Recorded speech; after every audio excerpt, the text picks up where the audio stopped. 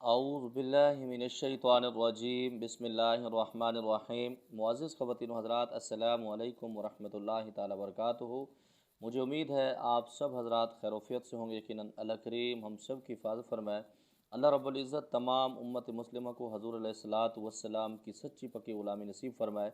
एक सवाल था कारी साहब, अक्सर आमिलीन जादू या जिन्नात के मरीज़ों को कब्रिस्तान के अंदर या वैरानों के अंदर गोश्त डालने का कहते हैं, क्या उससे मरीज़ ठीक हो सकता है या नहीं?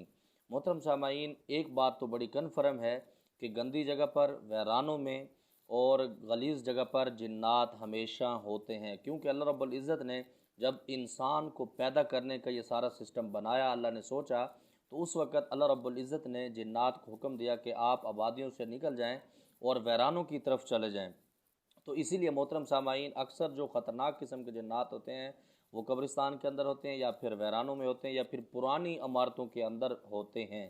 तो इससे तो ये कन्फर्म साबित है। इसीलिए हज़ूर अलैहिस्सलातु वस्सलाम की दूसरी अहादीस मुबारक में ये बात भी मिलती है कि हज़ूर पाक सल्लल्लाहु तआला अलैहि वसल्लम ने फ़रमाया, जब भी आप बैतुल खला यानी वाशरूम के अंदर जाएँ तो उस वक़्त बिस्मिल्लाहि अल्लाहुम्मा इन्नी अऊज़ु बिका मिनल खुब्सि वल ख़बाइस, या अल्लाह मैं आपसे ख़बीस जिन्नात से पनाह चाहता हूँ। तो मोहतरम सामाईन, ये तो बात कन्फर्म है कि जिन्नात गंदी जगह पर, कब्रिस्तानों में, वैरानों में होते हैं। अब अपने सवाल की तरफ आते हैं कि ये जो आमिलीन कब्रिस्तान में गोश्त डालने को क्यों कहते हैं। मोहतरम सामाईन, इसमें दो मकासद होते हैं। अक्सर आमिलीन जो जिन्नात को ताबे करते हैं फिर उनसे काम लेते हैं, तो इसी तरह जिन्नात का भी एक मुआहदा होता है कि आप हमें इतना गोश्त देंगे, इतनी दालें देंगे, इतना लाल कपड़ा देंगे, इतनी फ़लाँ चीज़ें देंगे। और बाज़ात अक्सर जिन्नात ये भी कहते हैं कि जो नाबालिग बच्चियाँ होती हैं उनका खून भी वो उनसे लेते हैं। उनसे खून से मुराद क्या होता है कि उसको कत्ल करना या उसको मार देना या उसको ज़िबा करना। और आज से कुछ अर्सा पहले जो एक रिपोर्ट शेयर हुई थी किसी ख़बरों में या मीडिया के ऊपर, उस वक़्त बच्चे बहुत ज़्यादा अगवा होते थे पाकिस्तान के अंदर और वो बच्चे कत्ल कर दिए जाते थे। जब उनको देखा गया कि वो बच्चे कत्ल क्यों हुए, वो बच्चे ज़िना के बाद कत्ल हुए। तो मोहतरम सामाईन, जो लोग शैतान जो जिन्नात होते हैं, ख़बीस जिन्नात जिसको हम कहते हैं या जिसको हम चूड़े जिन्नात कहते हैं, उनको अगर ताबे करते हैं तो उनकी डिमांडें इस तरह से होती हैं।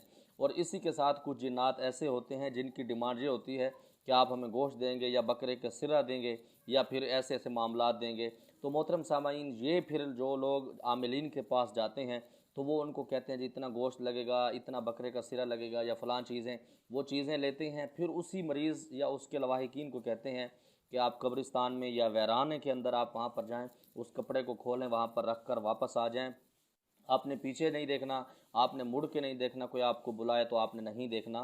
तो इसीलिए मोहतरम सामाईन, जब वो खुराक उनको मिलती है तो वो आमिल का काम बाज़ात कर भी देते हैं। इसके साथ दूसरे नंबर पर जो लोग जिन्नात से मामलात करते हैं, तय करते हैं, फिर आगे मामलात होते हैं, या दूसरे नंबर पर लोग उसका उतारा करते हैं। अक्सर आमिलीन को मैंने देखा है वो मरीज़ का उतारा किस तरह से करते हैं। ख़ास मखसूस किस्म के कुछ तावीज़ नक्श बनाए जाते हैं या फिर बकरे की सिरी मंगवा के उसके ऊपर 7 दफ़ा उसको चक्कर दिए जाते हैं या 5 दफ़ा या 3 दफ़ा, या फिर उसके ऊपर जूते मारे जाते हैं। मुख्तलिफ हर किसी के अपने अंदाज़ होते हैं। या तो फिर उसको किसी जगह के ऊपर दफनाने का कहते हैं या फिर कहते हैं किसी के घर के सामने रख कर चले जाओ, क्योंकि उनका ये होता है कि कोई आदमी, कोई मर्द औरत जब उसके ऊपर से गुजरेगा ये बीमारी उसको लग जाएगी। मुझे याद है जब हम छोटे थे तो उस वक़्त हमारी औरतें मोहल्लों की इधर उधर की, अगर बच्चों को खांसी होती तो वो रेलवे स्टेशन पर जाते थे। रेलवे स्टेशन पर जब ट्रेन गुजर रही होती थी तो उसको कहते थे कि वेंदी ताऊँ पहिए साढ़े बालन दी खांग चाहिए। सुबहान अल्लाह। मतलब एक टोटका था कि ट्रेन को मुखातिब होकर कहते थे कि आप तो वैसे जा रही हैं सवारियों को लेकर, पैसेंजरों को लेकर, तो आप हमारे बच्चों की ये खांसी लेते जाएं। तो मोहतरम सामाईन, कुछ टोटके ऐसे होते हैं उसमें करने में हर्ज नहीं होती अगर आप उसमें शिरक में या बिदत में नहीं शुमार होते। तो इस तरह कुछ आमिलीन करते हैं। अच्छा, इसमें अगली बात भी बताता चलूँ, कुछ लोगों का इसके अंदर दिमाग ख़राब भी हो जाता है, तबीयत भी ख़राब होती है। मतलब जो सदक़े का गोश्त होता है या उसके ऊपर उतारा किया जाता है, उसके ऊपर से गुज़रते हैं तो उनकी बीमारी उनको लग भी जाती है। और लगती किन को है? वो लोग जिनका अकीदा कम होता है, जो नमाजी नहीं होती, जिनका अकीदा कमज़ोर होता है, उनके ऊपर ये मामलात होते हैं। अगर कोई नमाजी है, उसका अकीदा मज़बूत है, इन चीज़ों पर ज़्यादा तवज्जो नहीं देता, तो उसके ऊपर वैसे ही असर नहीं करते। तो इसीलिए मोहतरम सामाईन, आप खुदा न खास्ता आप या आपका कोई भी मरीज़ हो, आप उसके इलाज के लिए किसी को भी आप अगर उसकी चॉइस करते हैं, आप उसको ढूंढते हैं, तो किसी आप नमाजी परहेज़ी आमिल के पास जाएं।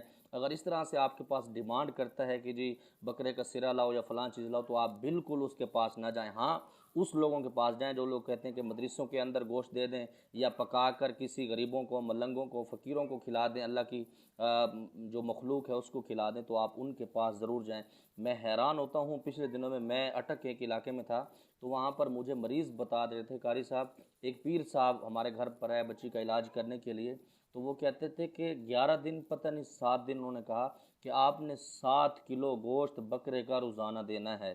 तो मोहतरम सामाईन, वो लोग क्या कहते हैं, वो कहते हैं जी आपने गोश्त लेना है, फिर आपने कब्रिस्तान जाना है या वैराने में जाना है, आपने उधर रखना है, आपने पीछे नहीं देखना, आपने जवाब भी नहीं करना, अगर कोई आपको बुलाता है तो आपने उस तरफ देखना नहीं, अगर देखेंगे तो आपकी जान भी जा सकती है। अक्सर लोग उसके अंदर डर जाते हैं। अक्सर लोग कहते हैं कि पीर साहब ये अमल आप खुद करवा लें अपने किसी खलीफा को भेज के, या जो भी मामलात हैं, लिहाजा हमसे नहीं होता। तो मोहतरम सामाईन, वही गोश्त, वही चरगा, वही सब कुछ रात को ये पीर साहब उसको बनाते हैं, खूब खाते हैं, और ये मज़े से फिर सारी रात पद मारते हैं, और वही सारा कुछ ख़राब करते हैं। आप लोगों का पैसा भी तबाह होता है, आपका टाइम भी ज़लील होता है। सबसे सदका जो बड़ा आसान है वो सबसे यही है कि आप अल्लाह की मखलूक के अंदर रोटी खाना खिलाना शुरू कर दें, अल्लाह की मखलूक के साथ मोहब्बत से पेश आना शुरू कर दें, या फिर छोटे छोटे टुकड़े करके अपनी ही छत के ऊपर अपने हस्बे तौफीक आप डालना शुरू कर दें, तो इंशाअल्लाह ताला ये मामलात आपके बेहतर हो जाएंगे। मुझे उम्मीद है जिस भाई का सवाल था उसको जवाब मिल गया होगा। अल्लाह करीम हम सब की हिफाज़त फरमाए। अल्लाह रब्बुल इज़्ज़त तमाम उम्मत मुस्लिमा को हज़ूर अलैहिस्सलातु वस्सलाम की हर सुन्नत के मुताबिक ज़िंदगी गुजारने की तौफ़ीक नसीब फरमाए। ज़मात पारा ख़ास दुआओं का दाल्ला पामान। अस्सलामु अलैकुम।